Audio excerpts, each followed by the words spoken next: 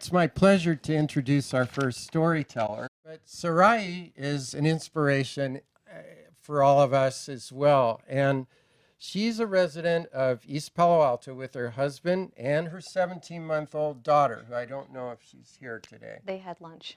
They had lunch. Well, that was being here. So she's the founder and the CEO of an app called Dreamers Roadmap. It's a mobile app that helps undocumented students find scholarships for college. Her passion is to connect people to information they need to make them happy and successful. So, turning it over to you. Thank you.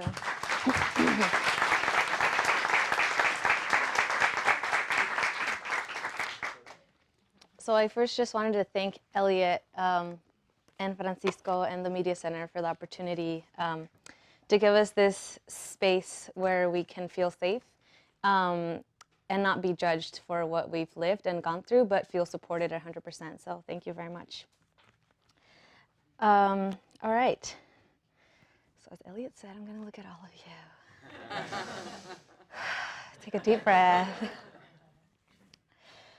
As though an earthquake left a deep crack in the earth, there's a dividing line in my story. It's 2006, and my mom returns to Mexico. I am 16. To this point, my mother and I had been inseparable. We had even shared a bed together. And we also shared a lot of tears, being that there was always uncertainty and instability in our lives. But she always had the right scripture and the right hymn to sing to me to make me feel better. When she left, I had no idea that I was not going to see her for another 10 years.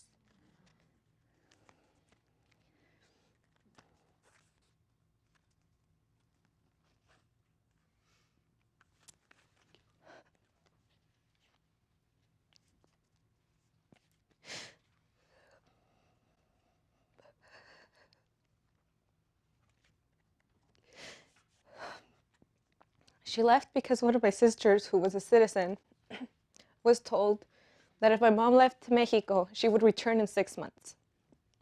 This ended up being faulty advice, and I didn't see her for 10 years.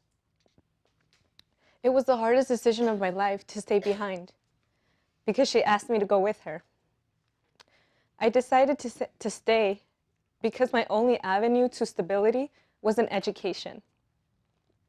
I'm the youngest of 11 children and the first one to go to high school and graduate and had the dream and the vision of going to college.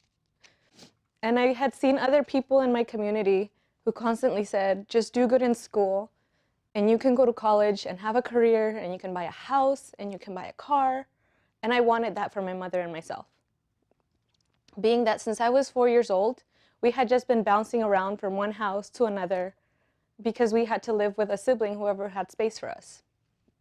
And this brought tension to the house because having 2 extra mouths to feed was not something that they had planned. So this brought a lot of tension even between my mom and I, because I would remember we would be here in Redwood City and I would cry to her because my brother-in-law would constantly tell me that I was worthless, that I was never going to be anything in my life. And despite the fact that my mom would do all the child care and housekeeping, they treated her like a servant and not a family member.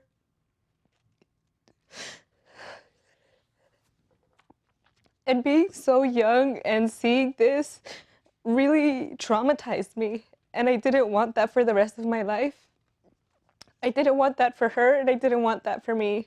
So my only pathway was a higher education. So I told her, I can't, Ama. I need to stay. I need to stay for me, and I need to stay for you. My senior year of high school, I applied for FAFSA like everybody else. And it turns out that I didn't qualify because I was undocumented. I didn't have a social security number, therefore I couldn't complete my application, and I couldn't get financial aid to go to college. I went up to my counselor and I told her my situation. I said, I've done everything I've been asked to do. I've been involved in my community, I have amazing grades, I'm very involved on campus, but the government says that they can't help me. Can you help me? She says, come back in a week and I'll let you know if I find anything. I come back in a week and I go into her office. My heart is pumping 110 times the normal speed because this is about to define my future and the future of my mom. She sits me down and she says, I found one scholarship. She obviously didn't look into it. It had the word Hispanic in it and she assumed that it was for me. This scholarship also required me to be a US resident or a citizen. Therefore, there was nothing left. She said, this is going to be the scholarship for you. And if this doesn't work out, I'm sorry. College is just not something for you to go through right now.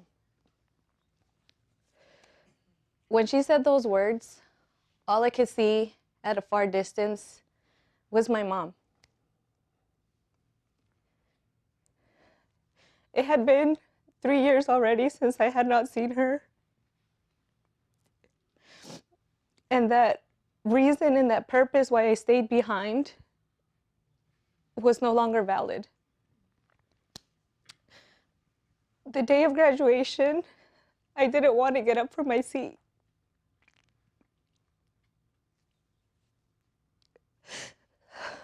I didn't want to walk the stage because all I saw at the end of that stage was a barrier, a block at the end of that stage that said, this is it.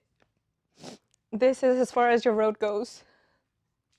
And I wish that to nobody. Being that we came here as children and America is the only place we know as home, and to have that block at the end of high school and hearing all these things as a child, do good and you can go to college, and at the end not be true, was heartbreaking. I moved back to East Palo Alto, and it wasn't until I went to church and a very stubborn sister told me, why wasn't I going to college? What was I going to do with my life? And it was still something very difficult for me to talk about because I knew that college wasn't an option for me. I eventually opened up and I told her my situation, and she said, you can go to college. And then it took me a little bit to kind of digest what she had just said, because I thought to myself, how can this lady who's from my church know more than my counselor who's expected to know everything?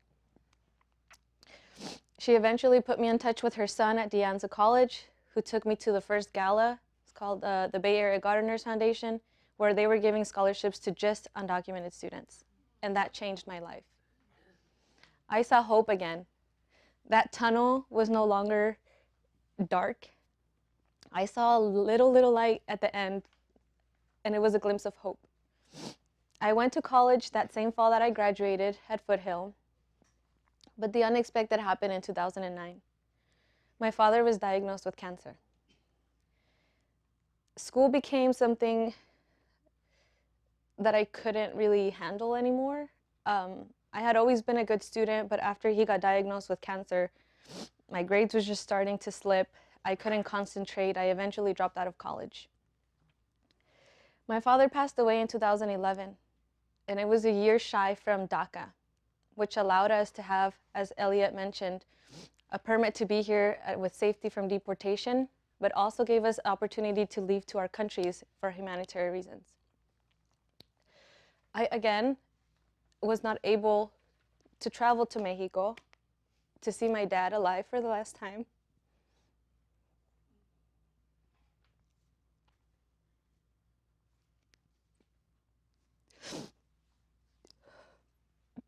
Nor was I able to go to his funeral,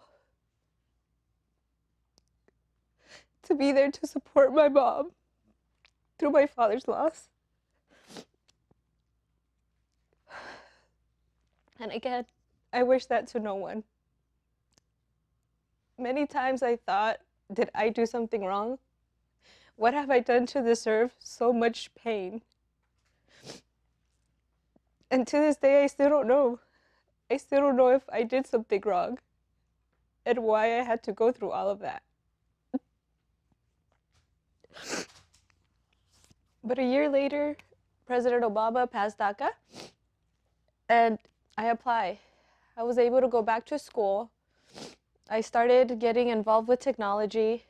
I had no idea how to code, but I applied for hackathons anyway. And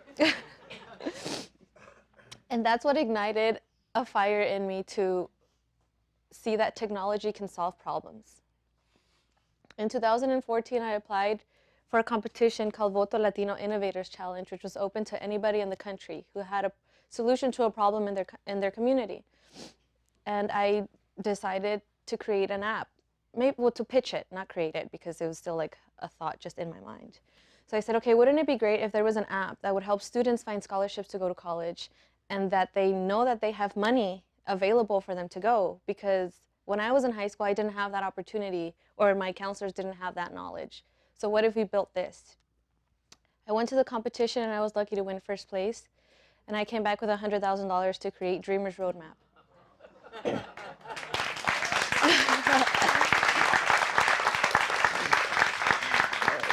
So for all the techie, non-techie people in the room, you can definitely create an app if you have a good idea and a good story behind the reason why you want to create it.